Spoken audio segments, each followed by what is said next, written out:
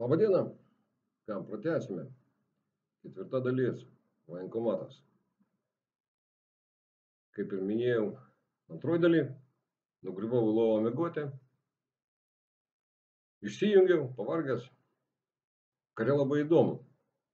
Visi galvoja, kad tu visą laiką kažką kariauji, o iš tikrųjų tu kažkur važiuoji, kažką kasi, kažkur bėgi, o paskui, kai tik tai įmanoma, miegi. Tai vat, užmigau, pamiegojau, iš tikrųjų neilgai, gal valandos nemiegojau. Staiga mane žadina,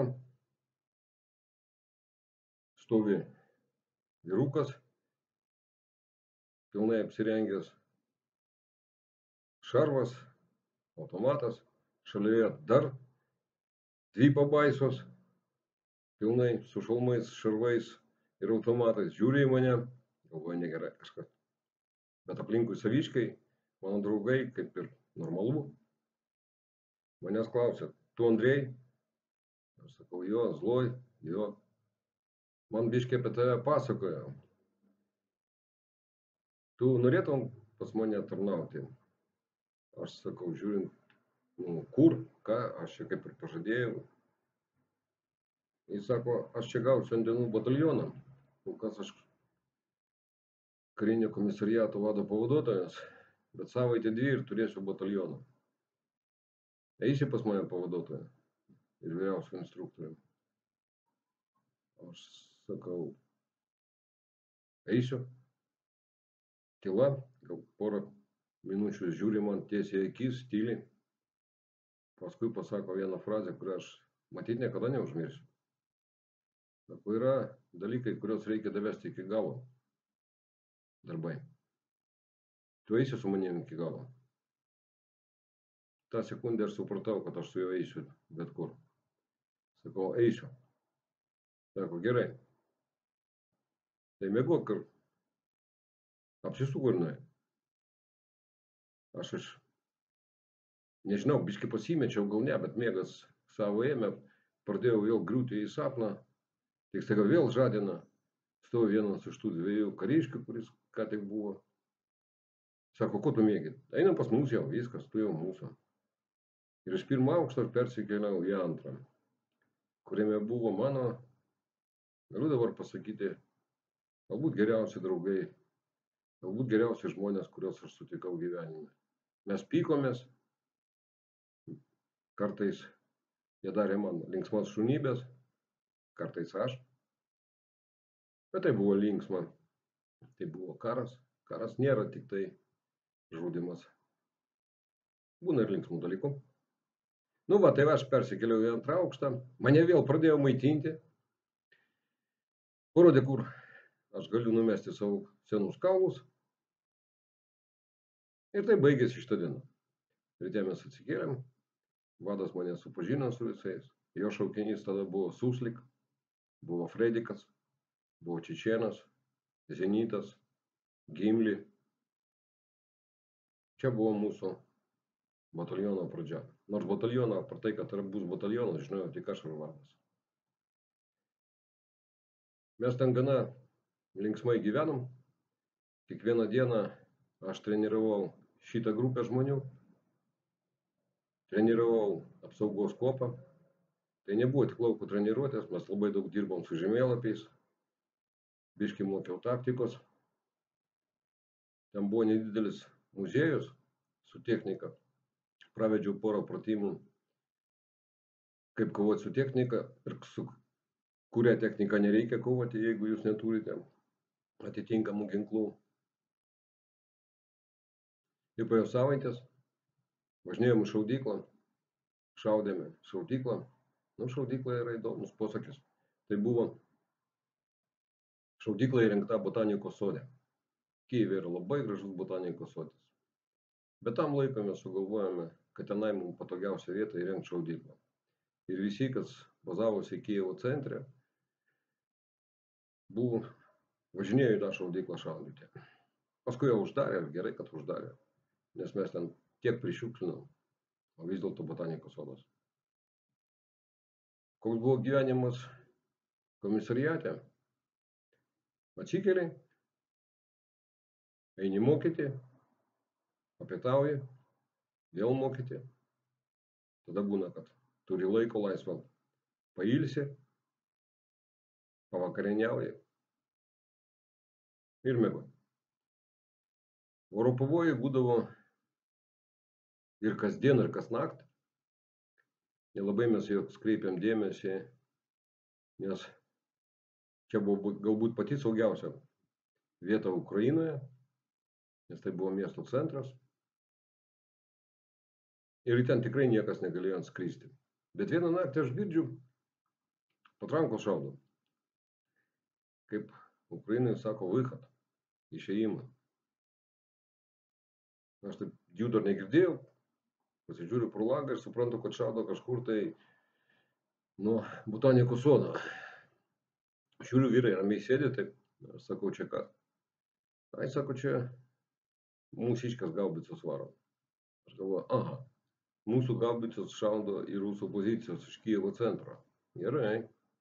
Ir tokia mintis, vadinasi, jeigu mes šaudom iš Kijevo centro, vadinasi, gali šaudyti į rusai į Kijevo centrą iš patranko. Ir čia jau prieš lėktuvinę gynybą nelabai ką padės. Nauriau aš tą kvailą mintį ir dirbau toliau. Vieną iš naktų išėjom į Irpėnio pusę į žvalgybą. Grinai žvalgybą, apsižiūrėjom, grįžom.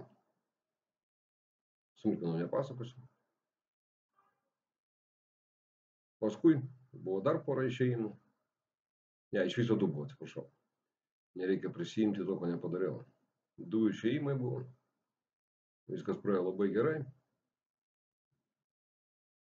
Rusai pradėjo jau to laiku po biškį judėti atgal.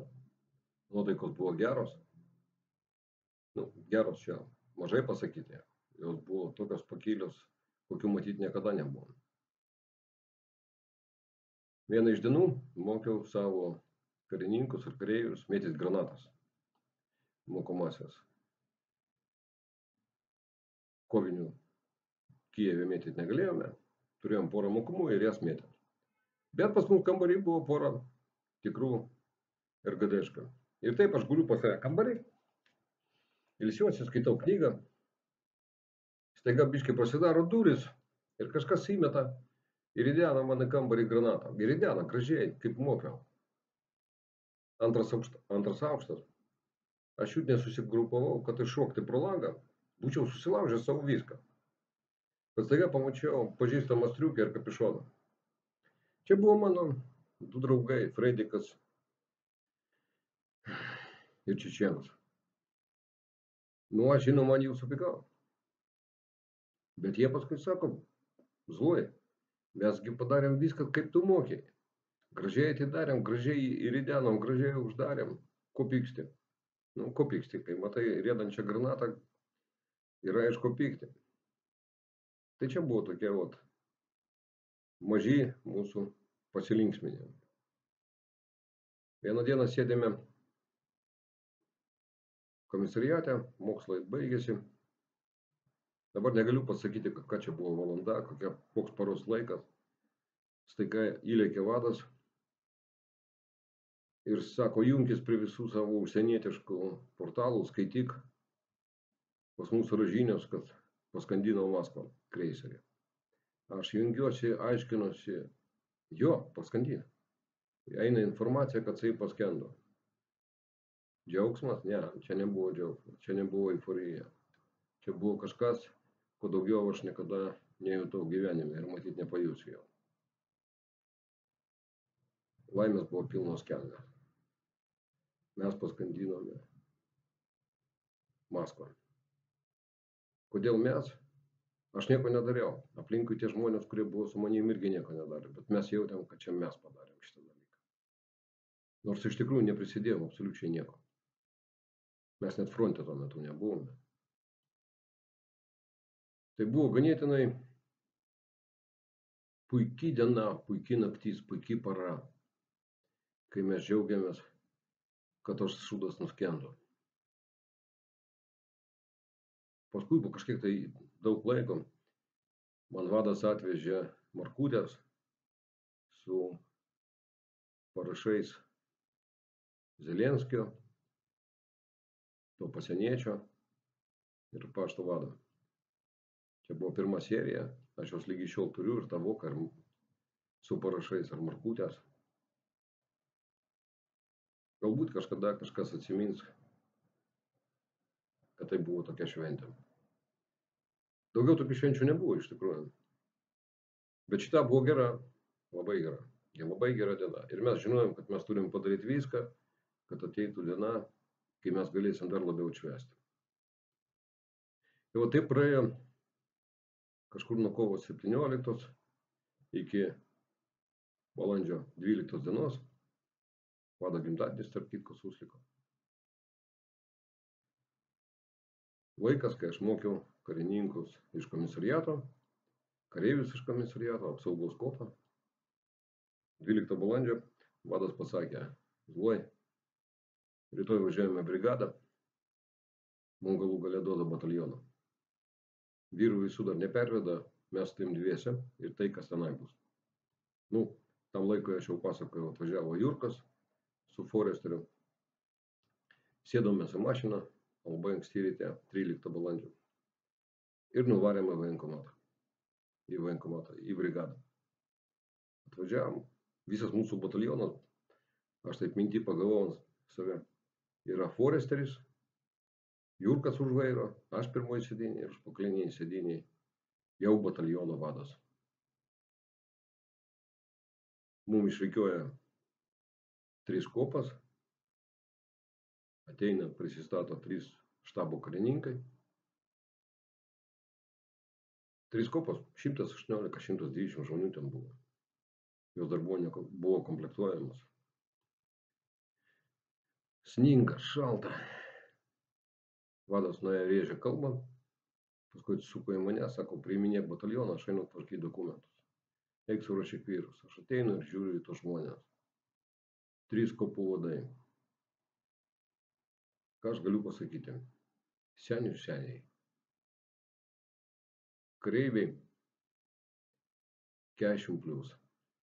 Buvo ir jaunimo, tiesa, jaunimo buvo daugiau. Bet galbūt daugiau mes tiek jaunimo ir negavome. Kaip gavome tada. Pravariau iš karto vieną užsiėmimą, fizo. Išsiaiškinau, kur kas gyvena, suvariau visus į vieną kareivinę, jie ten pyko ant manęs žiauriai. Su nieko nesiaiškinau, kodėl aš taip darau. Nesąmoningas veiksmas, absoliučiai, žmonės jau kažkiek taip apsitrynė, bet man reikėjo, kad jie būtų vienoje vietoje. Išvažiavom vakare, sutvarkė visus dokumentus į tašką, kur mums davė brigados vadas. Kaip jau minėjau, ten buvo pusiau viešbutis, pusiau mokykla, pusiau sporto salės, neįsivaizduoju, kas ten buvo iki karo. Ir mes ten turėjome apsigyventi. 14 dieną man atvežė pirmus kareivius. Biškai sutvarkėm per 14 dieną buitį. Pradėjom galvoti, kaip maitinsime. Karininkai iš vojenkomato, kurie pasiliko ir turėjo paskui su laiku bėgant pas mus persivesti, padėjo su maitinimu, organizavo. Ginklų nebuvo dar, tik tai pas karininkus. Bet pradėjom mokyti iš karto nuo pirmos dienos. Mokymai. Kiekvieną dieną vis atveždavo daugiau kareivių.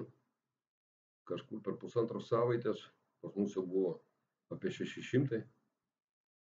Mes užėmėm dar vienas patalpas. Žmonės labai pyko, kai aš juos iškelinėjau savivaliavote. Bet aš jiems visiems sakiau, kad mes viską pasiėmėm iki karo pabaigos. Iš tikrųjų, aš tada tikėjau, kad tai bus nedidelis laiko tarpas, karo pabaiga. Mes gyvenome beveik Kijeve, beveik. Vadinasi, ta mūsų bazė, dabar jau galima sakyti, Saturnas, patys sugalvojom tą pavadinimą. Antra bazė buvo gamykla. Irgi galima sakyti, ten buvo spaustuvė kažkada tai. Mes sugebėjome į tos pastatus sukišti beveik 800 žmonių, 700. Ginkluotę, kurią turėjome, mašinas, kurias davė mūsų volonterai. Mašinos beveik visos buvo iš Lietuvos, porą mašinų tik tai buvo ukrainiečių volontiorų atvarytas. Ir prasidėjo juodas darbas. Nenoriu nei girtis, nei kažką sakyti, bet būdavo parų, kai aš dirbdavau po 20 valandų į dieną. Patikėkite, tai nėra lengva. Prie viso to pas mus netikėtai atėjo covidas. Ir vieną gražią dieną visas batalionas vienu metu susirgo ir išgriuvo. Bet mūsų medikai prileido kažkokių vaistų, pridarė dar kažkokių tai nesąmonių. Batalionas nustojo per 3 dienas kosėti, baigėsi temperatūros, nieks nemirė ir mes vėl pradėjom mokytis. Mes varinėjom ir varinėjom, varinėjom ir varinėjom. Gerai, kad buvo vieta. Aš susiradau dar vieną savo pažįstamą iš ŠPSC. Jisai gyveno Kijeve. Jis man padėjo ruošti žvalgus. Nes, vienas visko nespėsi padaryti, aš jam matydavau būrį žvalgų, jisai atvažiuodavo ir juos ruošdavo. Aš užsiiminėjau su pėstininkų kopom ir mūsų artileristais, kurie neturėjo artilerijos, bet aš juos mokiau kaip pėstininkus. Ką čia pasakoti daug apie tos mokymus, kiekvieną dieną išrikiuoji, duodi užduotis, rodai, ką reikia daryti, kaip reikia vaikščioti, kaip reikia šliaužti, kaip reikia taikytis, nes šaudyti neturim kur dar, kaip reikia valdyti ginklą, kaip reikia slėptis, kaip reikia griūti, kas iš tikrųjų reikia mokėti labai greitai nukristi, labai greitai atsikelti ir labai greitai pabėgti. Tai buvo rutina kiekvieną dieną. Kaip jau minėjau, pirmoje ir antroje dalyje atvažiavo mažas, tai buvo didžiulė pagalba, nes galima buvo dirbti su didesniu kiekiu žmonių, iš karto dviesiam. Tame pačiame tarpe dirbdavau su karininkais, su štabo dokumentais, ne su dokumentais, su žemėlapiais, su logistika. Ir taip ėjo diena iš dienos. Vieną dieną atėjo vadas. Ir sako, klausyk, tu ką nors apie BMP supranti? Aš sakau, vairuot moku. Jis sako, o vadovauti? Sako, mes turėtumėm gauti pilną komplektą BMP. Aš sakau, ne, broli, nežinau, aš kaip šitą daryti. Supratimo neturiu. Sako, tu turi 3 dienas, tau dokumentai, skaityk, mokykis. 3 dienas sėdėjau, skaičiau, mokiausi. Iš kambario beveik nebuvau išėjęs, tik pavalgyti. Mažas vedė mokymus, aš sėdėjau, mokiausi pats. Nieko aš neišmokau, sąžininkai pasakysiu. 4 dieną užeina vadas, sako, išmokai? Aš baisiom mintim galvoju, kad jau duoda, jau reikės važiuoti kažkur pasiminėti, kaip su jom kariauti. Jis sako, išmokai? Aš sakau, ne. Tikrai neišmokai, sakau, tikrai išmokau. Ir gerai, nieko mums neduos. Aš atsidusau iš vienos pusės, gerai, kad neduos, nes aš nieko nemoku, ką su jom daryti. Ir kitos pusės pagalvoju, blogai, technikos nebus. Mes tada mokėmės kaip lengvi pėstininkai šturmuoti, buvo toks įsakymas. Mokyti šturmų. Aš mokiau šturmuoti pastatus, aš mokiau judėti laukuose, miškeliuose. Bet vėl užėjo vadas ir sako, klausyk, tu apkasus kast mokė? Sakau, žinoma. Tai va, čia aš pavažinėjau, suradau vietos, mes iškeliam savo vyrus visus laukus ir mes tenai mokysimės gintis. Aš supratau, kad technikos nebus, nieko mes nešturmuosime, o pereisime į juodą gynybą. Bet tai bus 5. dalis.